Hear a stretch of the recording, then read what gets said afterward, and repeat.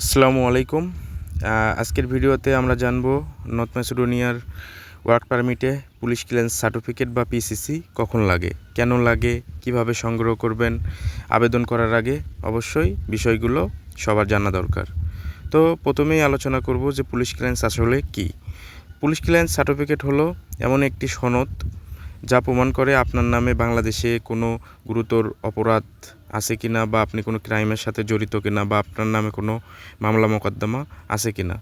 তো যখন আপনি যে কোনো দেশের আপনি একটা দীর্ঘমেয়াদী ভিসা বা রেসিডেন্ট পারমিটের ক্ষেত্রে যখন আপনি আবেদন করবেন, এটা কিন্তু আপনার অনেক সময় কিন্তু আপনার অনেক দেশে কিন্তু এই সনদ আপনার কাছ থেকে চেয়ে থাকে।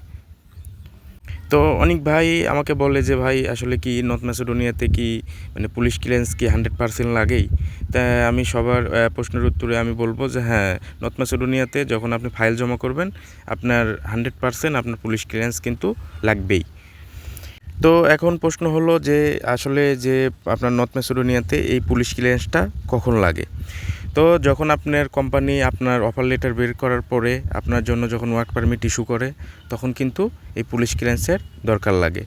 তো পুলিশ ক্লিয়ারেন্সটা প্রথমে আপনি যখন বাংলাদেশ থেকে পুলিশ ক্লিয়ারেন্সটা করবেন, করার পরে কিন্তু আপনি যখন আপনি নর্থ ম্যাসেডোনিয়াতে পাঠাবেন, নর্থ ম্যাসেডোনিয়াতে থেকে কিন্তু আবার এটা নয়াদিল্লি বা দিল্লিতে বা ইন্ডিয়াতে কিন্তু আপনার যে নর্থ ম্যাসেডোনিয়ার যে অ্যাম্বাসি আছে সেখানে কিন্তু আসার পরে এটা কিন্তু অ্যাটেস্টেশন বা সত্যতা হওয়ার পরে কিন্তু এটা আবার কিন্তু নর্থ ম্যাসেডোনিয়াতে কিন্তু যায়। তো এক্ষেত্রে অনেকে বলে যে ভাই এটা আসলে কখন লাগে, কোন সময় লাগে। তো যখন আপনার অ্যাপ্রুভালের জন্য মিনিস্ট্রিতে যখন আপনার কোম্পানি আপনার অ্যাপ্রুভালের জন্য আবেদন করবে, সেই সময় কিন্তু আপনার পুলিশ ক্লিয়ারেন্স কিন্তু লাগে। আর সবার উদ্দেশ্যে একটা কথা, আপনি যখন পুলিশ ক্লিয়ারেন্স বা পিসিসির জন্য অনলাইনে আবেদন করবেন, তখন কিন্তু আপনাকে যে পাসপোর্ট বা ভোটার আইডি কার্ড এর সাথে কিন্তু আপনাকে মিল রেখেই কিন্তু আবেদন করতে হবে। তো অনেক সময় অনেক ভাই কিন্তু আপনার যখন পুলিশ ক্লিয়ারেন্স করে তখন দেখা যায় যে তার নামের ভুল বা অনেক সময় অনেক কিছু মিস্টেক হয়ে যায়। এ কারণে কিন্তু আপনার পরবর্তীতে মিনিস্ট্রিতে কিন্তু আপনার অ্যাপ্রুভাল রিজেক্ট হওয়ার সম্ভাবনাটা কিন্তু থাকে।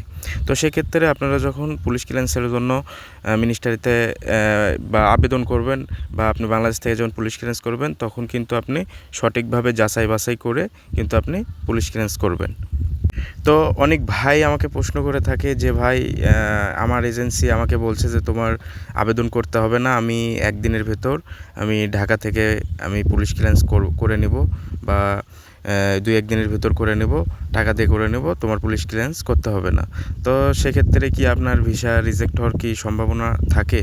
তো এ বিষয়ে আমি যে কথাটা বলবো যে আপনি ধরেন একটা নকল একটা ভুয়া একটা ডকুমেন্টস আপনি যখন একটা মিনিস্ট্রিতে যখন আপনি সাবমিট করবেন, তখন কিন্তু তারা কিন্তু যে এতটা বোকা না, বা তাদের কাছে কিন্তু এখনও যে তথ্য প্রযুক্তির অভাব তাও কিন্তু না।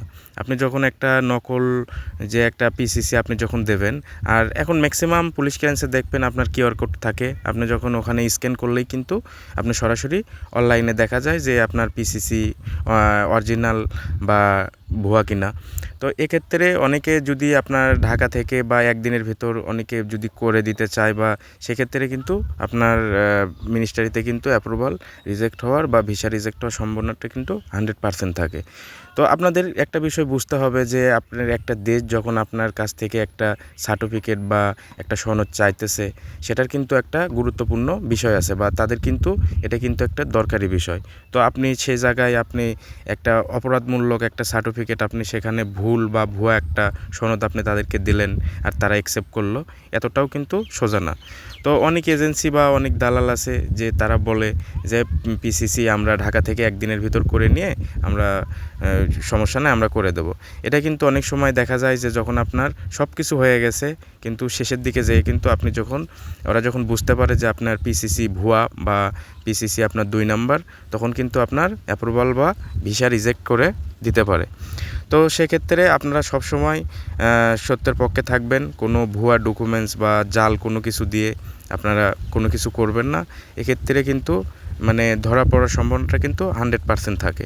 তো অনেক ভাই আমাকে প্রশ্ন করে যে ভাই আমার এজেন্সি আমাকে ফোন দিছিল যে তোমার পিসিসি আমরা ঢাকা থেকে করে নিচ্ছি, তো সেক্ষেত্রে মানে কি হতে পারে। তো আমি বলবো যে ভাই যেহেতু পিসিসি করতে বাংলাদেশে তো এখন যে আহামরি কোনো সমস্যা তা কিন্তু হয় না। আপনার যেটা লাগবে সেটা আপনি অরিজিনালভাবেই সেটা করে দেবেন। যেহেতু একটু সময়ের ব্যাপার, আপনি আবেদন করবেন বা আপনার একটু পেরেশানি হবে, তারপরেও আপনি একটা সনদ বা অরিজিনাল একটা আপনার কোনো ভিতরে কোনো ভয় থাকলো না। দেখা গেলো আপনার পুলিশ ক্লিয়ারেন্সের জন্য আপনার ধরেন আপনার 3-4 মাস ধরে আপনি ফাইল জমা করছেন, সেক্ষেত্রে সব কমপ্লিট এবং শেষের দিকে যেয়ে আপনার পুলিশ ক্লিয়ারেন্সের কারণে আপনার ধরেন ভিসাটা রিজেক্ট গেল বা অ্যাপ্রুভাল রিজেক্ট গেল, তো সেক্ষেত্রে কিন্তু এই পেরেশানিটা কিন্তু অনেক বেশি থাকে।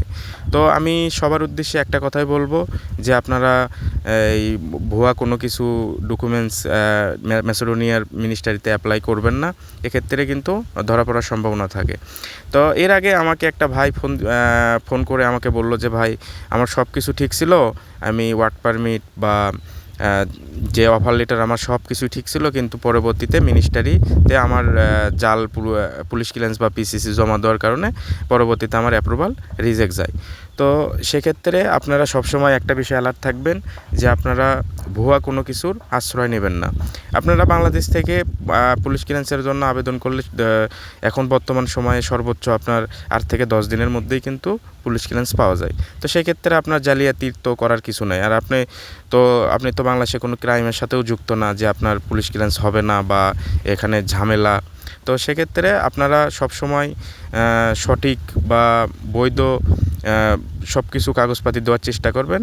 তো ইনশাল্লাহ আল্লাহ যদি আপনাদের রিজেকে এবং কপালে যদি লেখা রাখে, তাহলে কিন্তু নর্থ ম্যাসেডোনিয়ায় আপনারা আসতে পারবেন। তো আজকের ভিডিওটি আমার এই পর্যন্তই। তো সবাই ভালো থাকবেন, সুস্থ থাকবেন, আর সবার জন্য শুভকামনা। আল্লাহ সবার মনের আশা পূরণ করুক। তো আজকের ভিডিও এই পর্যন্তই। আসসালামু আলাইকুম।